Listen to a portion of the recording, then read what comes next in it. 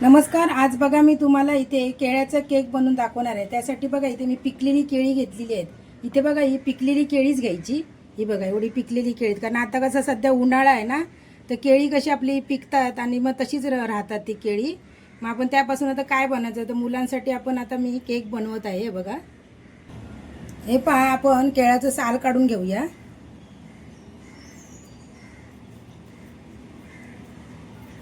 तुम्ही कोणतीही केळी घेऊ शकता. मी इथे मोठी केळी घेतली आहेत म्हणून 3 केळी घेतली आहेत. तुम्ही जर छोटी छोटी केळी घेतला तर 4-5 अशी पण केळी घेऊ शकता. हे बघा, त्याचे मी असे थोडे थोडेसे मोठेसे तुकडे करते आहे. सर्व केळ्यांचे असेच मी सालं काढून तुकडे करून घेते आहे. हे पहा, सर्व केळ्यांचे तुकडे केलेले आहेत मी. आता हे केळी तुकडे मी ना या मिक्सरच्या जारमध्ये घालून घेते आहे, केळ्याचे तुकडे.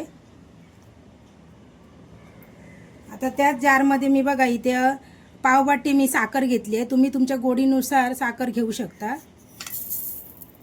एकाच वाटीने माप घेतल्यामुळे मी बघा पाववाटी साखर घेतली. आता इथे मी पाववाटी तूप घेतलं. इथे वितळलेलं तूप आहे.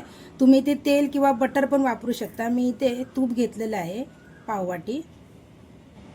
आता त्याच वाटीने मी इथे पाववाटी दूध घेत आहे. दूध मला लागलं तर नंतर पण मी घेणार आहे, पण मी अगोदर पाववाटी घेतलेलं आहे दूध इथे. आता इथे बघा मी 2 चमचे व्हॅनिला इसेन्स घेणार आहे, कारण ह्या व्हॅनिला इसेन्समध्ये वास छान येतो केकला वगैरे. तुम्ही इथे त्याऐवजी तुम्ही इथे वेलची पावडर पण घालू शकता. आता बघा याची आपण पेस्ट करून घ्यायची आहे.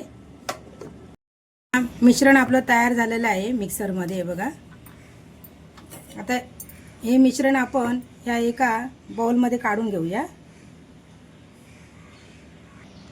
आता त्या मिश्रणामध्ये बघा मी इथे गव्हाचं पीठ घेतलेलं आहे. मी गव्हाच्या पिठाचा केक करणार आहे. त्यासाठी गव्हाचं पीठ मी त्याच वाटीने 1 वाटी गव्हाचं पीठ घेतलं आणि हे चाळून घेतलेलं पीठ आहे, पण त्यामध्ये घालूया. आता त्यामध्ये बघा आपण थोडंसं चिमूटभर मीठ घालूया. आता त्यामध्ये बघा आपण 1 चमचा बेकिंग पावडर घालायची आहे त्यामध्ये, आणि अर्धा चमचा बेकिंग सोडा घालूया. आता त्यामध्ये बघा आपण थोडे बघा ड्रायफ्रूट्स मी ठेवलेले आहेत करून. इथे बघा बदाम, काजू आणि मनुके आहेत. आता बघा आपण त्यामध्ये हे काजू बदामाचे तुकडे केलेले आहेत. थोडेसे मनुका आहेत, काळ्या मनुका घेतलेत मी, त्या घालून घेऊया. आणि बाकीचे थोडेसे ते गार्निशिंगसाठी ठेवायचं आहे. आणि आता आपण बघा हे असं फेटून घ्यायचं आहे हे मिश्रण विस्करच्या साहाय्याने. लागलं तर याच्यामध्ये दूध घालणार आहे, आणि अगोदरच थोडं थोडं आपण दूध घालायचं. अगोदर आपण जास्त दूध घालून ठेवायचं नाही. थोडं थोडंसं आपण मिश्रण जसं आपल्याला पाहिजे तसं करता येतं मग ॲडजस्ट.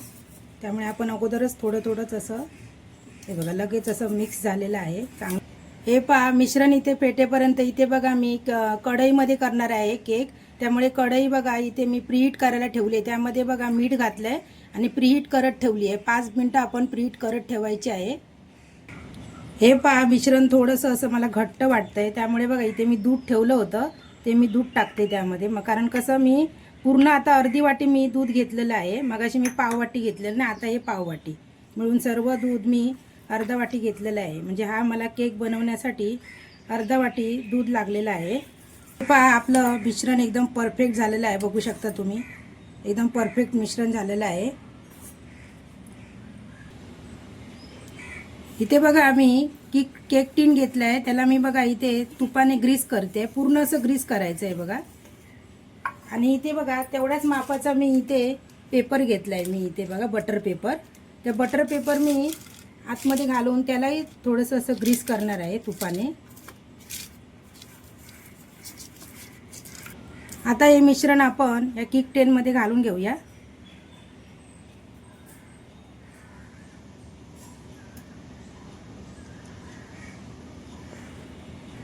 आता आपण त्यामध्ये बघा हे ड्रायफ्रूट्स टाकून घेऊया. मगाशी ठेवले होते आपण, ते सजावट करूया ड्रायफ्रूट्सने. तुम्ही कोणतेही ड्रायफ्रूट्स घेऊ शकता तुमच्या आवडीचे. टुटी फ्रुटी पण घालू शकता तुम्ही.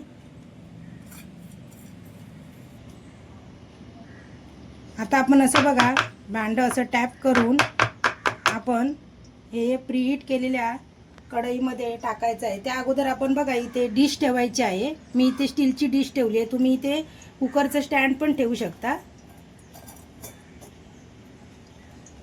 केक आपण बेक करायला ठेवायचा आहे 35 मिनिटासाठी.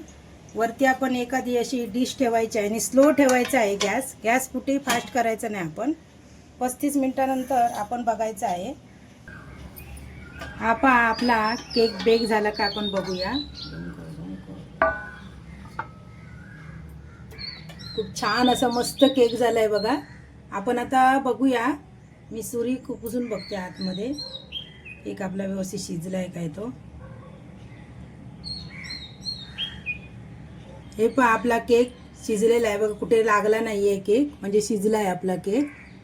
आता मी गॅस बंद करते. आता आपण त्याची साईडने बघा कडा सोडून घेऊया अगोदर.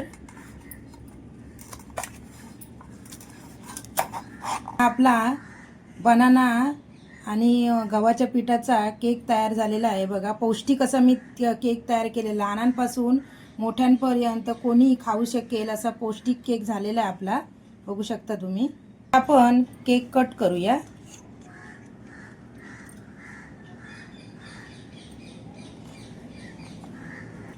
आपला केक असा मस्त एकदम छान तयार झालेला आहे. बघू शकता तुम्ही किती सुंदर झाला आहे बघा केक. खूपच छान झाला आहे. असा आहे बघा. बघू शकता तुम्ही त्याचं टेक्स्चर.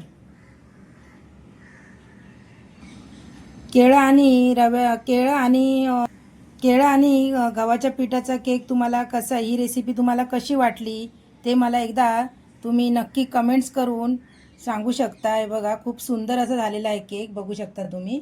खूपच छान झाला आहे आणि तो स्वादिष्ट पण झाला. मी थोडासा खाऊन पाहिला.